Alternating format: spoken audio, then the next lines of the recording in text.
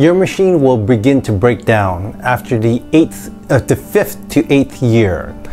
As a result of this, we have taken the initiative to replace your machine after the 5th year of use. After 5 years, you should be receiving a call from one of us about how and when to return the machine. Only upon receiving the machine will we send you out a new one.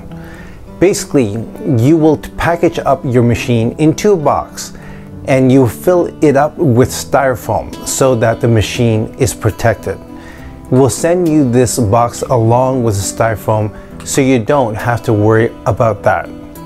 All you have to do is to reconfirm the address that we will be mailing it out to you. You can do this via the phone call that you will be receiving from us.